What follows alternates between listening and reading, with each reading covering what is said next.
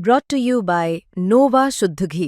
जब जब खाए दिल खुश हो जाए, सदियों का नोवा शुद्ध देसी घी, सपना स्वस्थ भारत का। I love घी घी घी घी घी घी।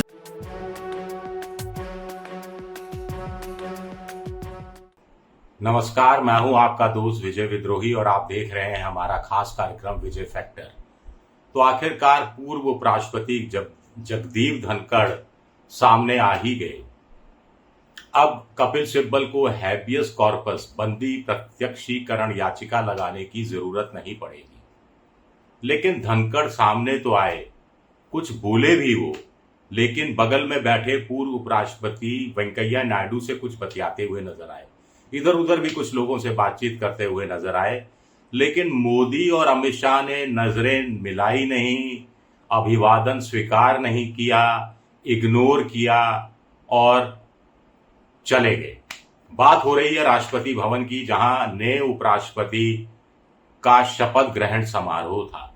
तो प्रोटोकॉल के मुताबिक प्रधानमंत्री भी मौजूद थे, गृह मंत्री अमित शाह भी मौजूद थे, पूर्व उपराष्ट्रपतियों को, पूर्व राष्ट्रपति कोविंद साहब को भी बुलाया गया था, हामिद अंसारी थे, वेंकैया नायडू थे और जगदीप धनखड़ थे। जगदीप धनखड़ ने इससे पहले ट्वीट करके शायद या नए उपराष्ट्रपति को बधाई दे चुके थे, लेकिन प्रोटोकॉल था, जाना था, पत्नी समेत वहां गए। क्या सोच कर गए धनखड़ साहब? यही सोच कर गए होंगे कि आज मुलाकात होगी, कुछ बात भी होगी और फिर बात खत्म हो जाएगी। लेकिन आज जिस ढंग से प्रधानमंत्री नरेंद्र मोदी और अमित शाह ने जगदीप धनखड़ को इग्नोर किया, उससे साफ साबित हो गया कि अभी भी गांठ बनी हुई है, गांठ का खुलना बाकी है। अभी भी मन में कुछ दरारें हैं। ये सिर्फ मतभेद नहीं है, ये मनभेद है। कहा जाता है राजनीति में स्थायी दोस्त स्थायी दुश्मन नहीं होता कोई भी, और धनखड़ साहब तो अब तो उपराष्ट्रपति भी नहीं रहे। नया उपराष्ट्रपति भी मोदी जी के पसंद का चुन लिया गया है। फिर अभिवादन स्वीकार करने में क्या दिक्कत थी? पहली पंक्ति में जगदीप धनखड़ थे, वहां से वो आगे निकले प्रधानमंत्री, और दूसरी पंक्ति तीसरी पंक्ति में कुछ लोगों का अभिवादन स्वीकार किया, लेकिन पहली पंक्ति की तरफ नजर भी नहीं घुमाई। एक चीज तो इससे साफ हो गई कि ये स्वास्थ्य खराब होने के कारण इस्तीफा दिया, ये बहाना महज बहाना था। असली राज दूसरा ही है, जो सोशल मीडिया से लेकर अखबारों में छप रहा है।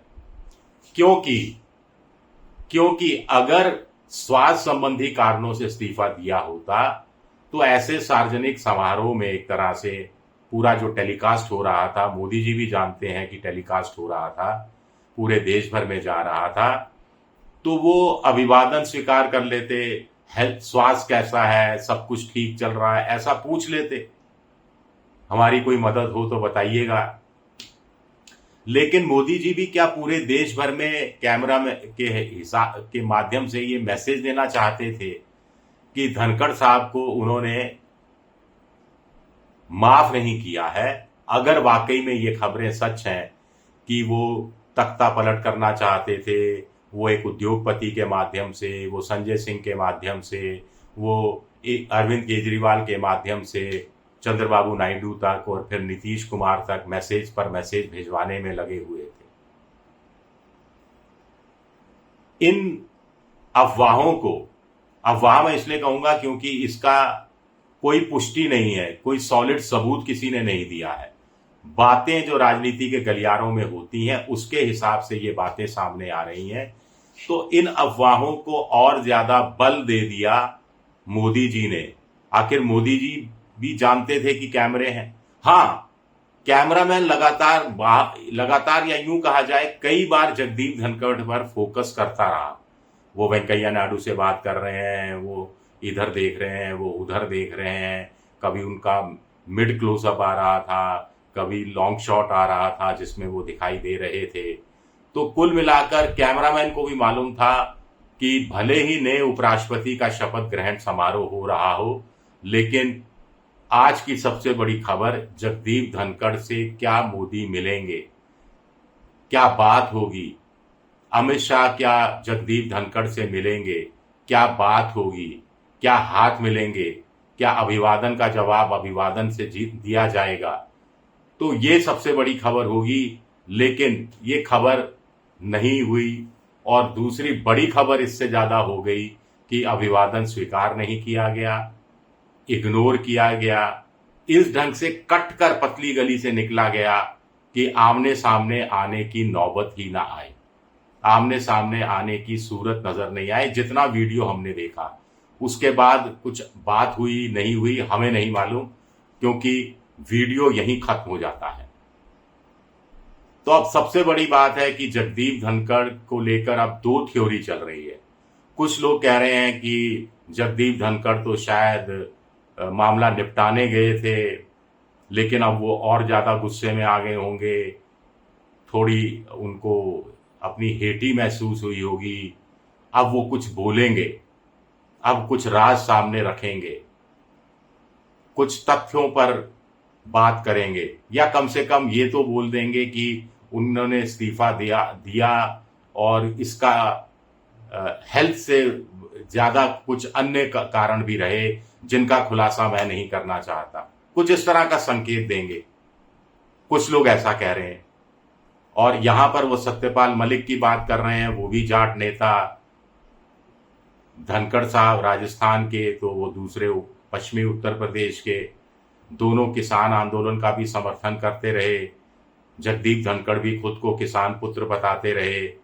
जाटों के बीच में जाटों का वोट मिल जाए इसी मकसद से तो बीजेपी ने उनको उपराष्ट्रपति बनाया था। तो तमाम बातें घूम फिर कर आ रही हैं।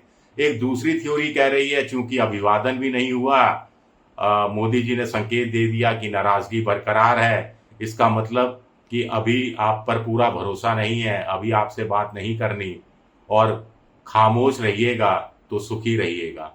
ये मैसेज कहीं ना कहीं पहुंचा दिया गया है। और जगदीप धनखड़ को वैसे भी बोलकर क्या हासिल हो जाएगा, कुछ पॉलिटिकल माइलेज हो जाएगा, हमें नहीं पता। ये मौका सही है बोलने का, नहीं पता, या यूं कह सकते हैं कि ये मौका अभी सही नहीं है और कुछ बेहतर मौके की तलाश करनी चाहिए, या प्रधानमंत्री पद पर जब मोदी नहीं रहेंगे तो इतना लंबा इंतजार करना पड़ेगा। कुछ लोग कह रहे हैं कि धनखड़ साहब बहुत समझदार आदमी है, 40-50 दिन नहीं बोले तो अब भी नहीं बोलेंगे और चुप रहना ही उनके फायदे में साबित होगा। फिलहाल तो उन्होंने अर्जी लगा रखी है कि दिल्ली में टाइप 8 बंगला उनको मिल जाए। टाइप 8 यानी जिसमें 8 कमरे होते हैं।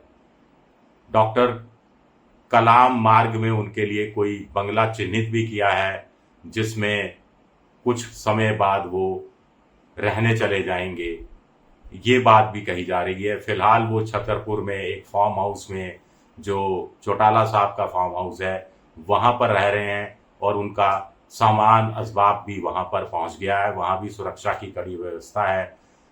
किसी नेताओं से या दूसरे पत्रकारों से या दूसरे लोगों से मेल मुलाकात बिल्कुल बंद है।